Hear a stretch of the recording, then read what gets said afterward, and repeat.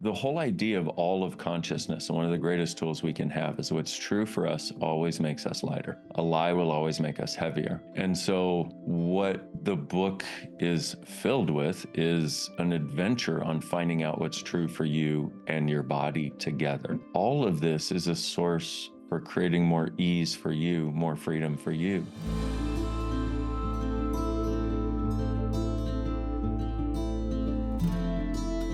If you were to explore the sun for a moment, would you find order or would you find total chaos? Total chaos. And when we say total chaos, we go, oh, no, it's total chaos. No, if it's destructive, it's total havoc.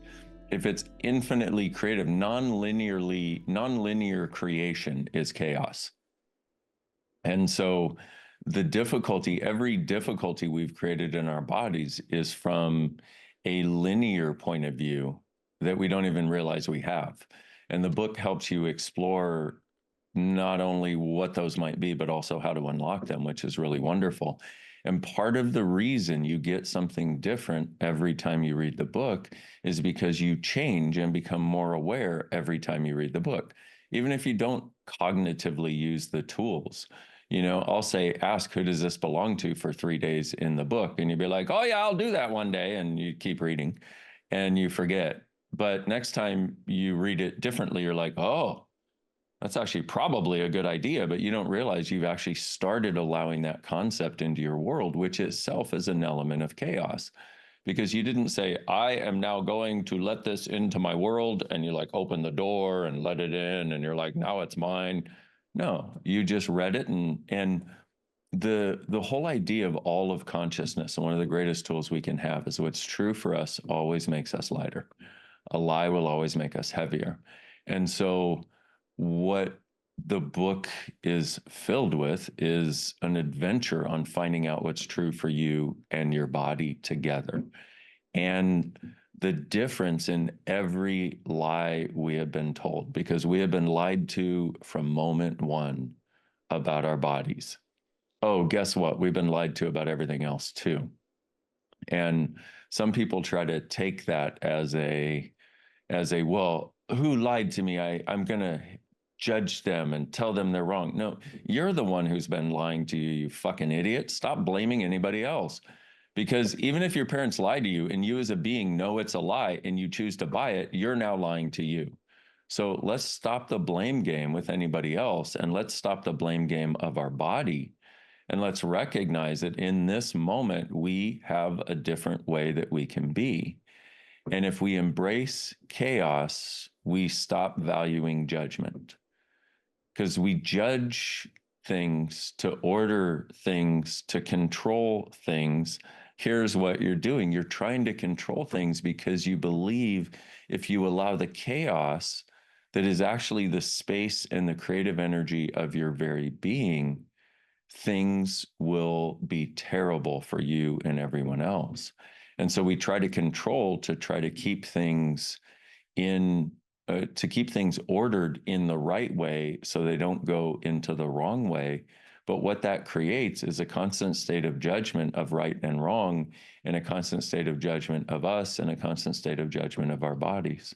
Here's another thing to recognize. When you're truly being you, you feel a little bit dizzy all the time. Like you don't walk through the world as a structure bumping up against structure.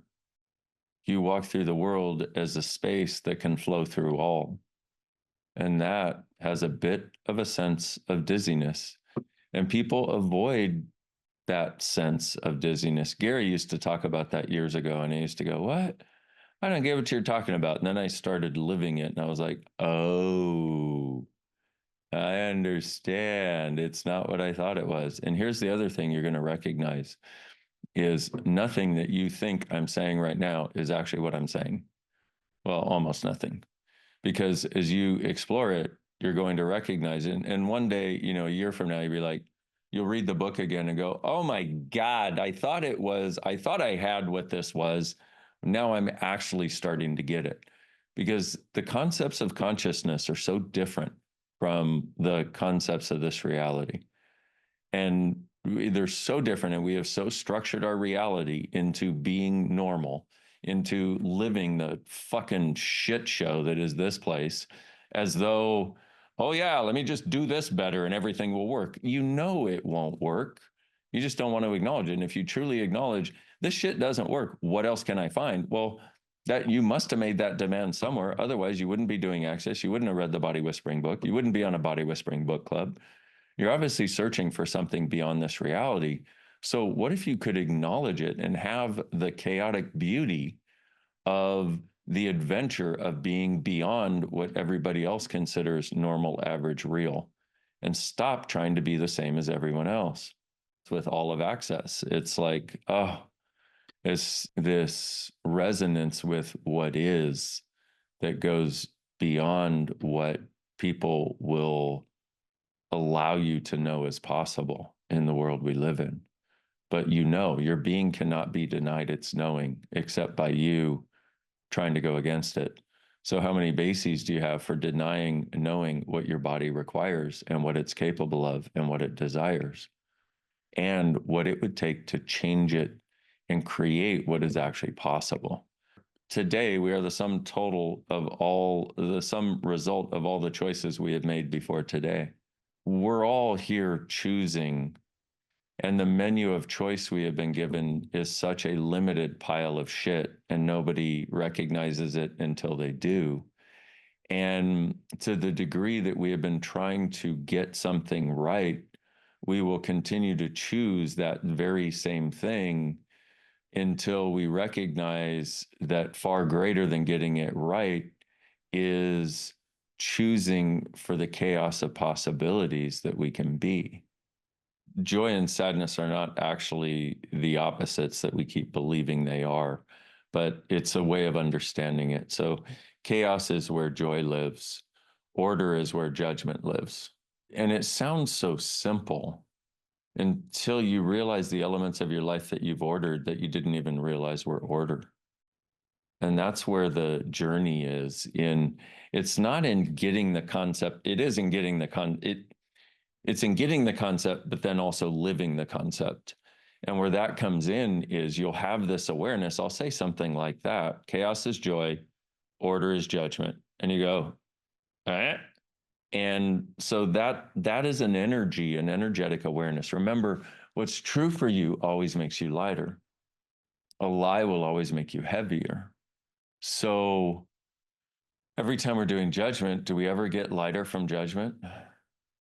No, judgment is a lie for an infinite being.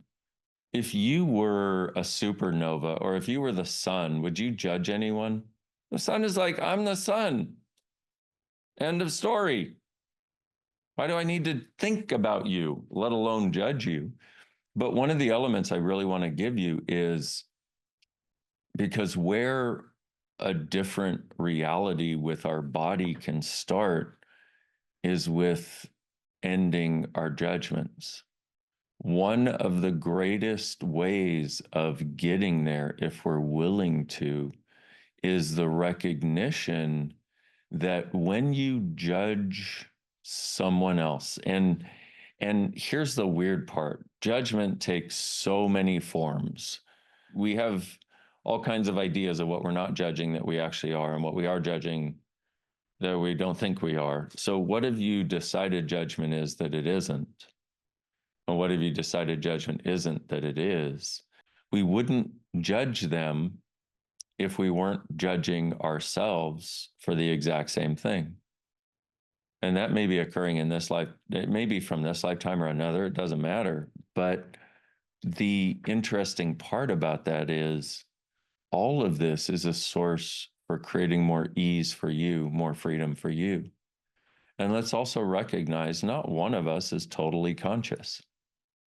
What is consciousness? Where everything exists and nothing is judged. So there's not one of us that is, me included, okay, that is not doing some form of judgment of us or someone else.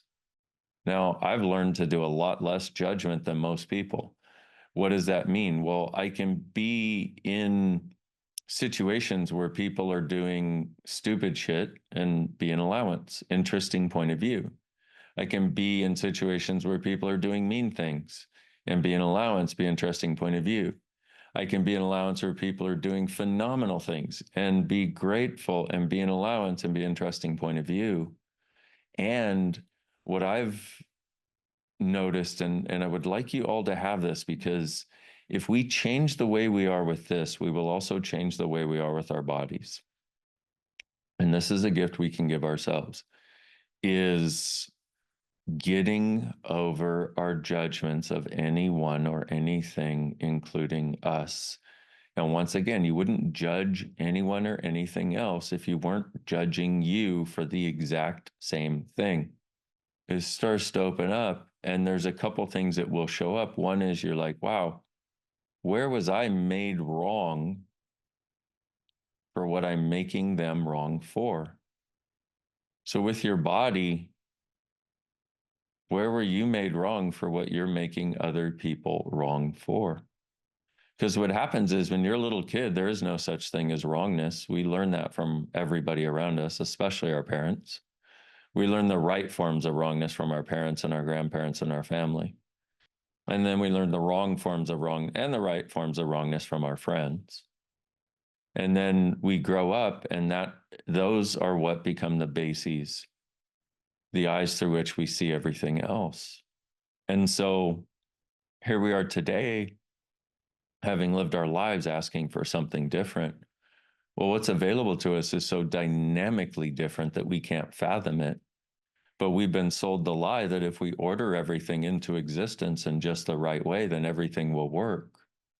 Now, here's the funny part. We were sold those lies by people whose lives and bodies did not work. And your body doesn't have a judgment, though. It doesn't have a point of view. It's just like, hey, you say you desire something different. Well, I'm going to make this hurt, so you have to look at it. That's what your body does with pain. I'm going to make this hurt, so you have to look at it. The freedom that we can have is if we allow our life experience to be an invitation to creating a greater reality. Because once you ask, like right now, if you desire to be happy and actually love your life and love your body and have a body that works really well and lives indefinitely, then right now, ask for it. I'm asking. Okay? All of life, I would like all of life to come to me with ease and joy and glory. I'm asking. We have no idea what it's going to take to make that happen, but we think we should. But no, that's the universe's job. If we could allow ourselves the beautiful kindness and relaxation of allowing ourselves to go on a meandering path of consciousness to wherever we would like to go, and realize we're going to ask for, as soon as you get here, you're going to ask for something greater anyway, I hope. Okay. But if we would allow ourselves to go on a meandering path of consciousness and honor ourselves and our body in that way and have kindness for us in our bodies, well, then we no longer feel the necessity to have to control everything so dynamically. And instead, we have a sense of, wow,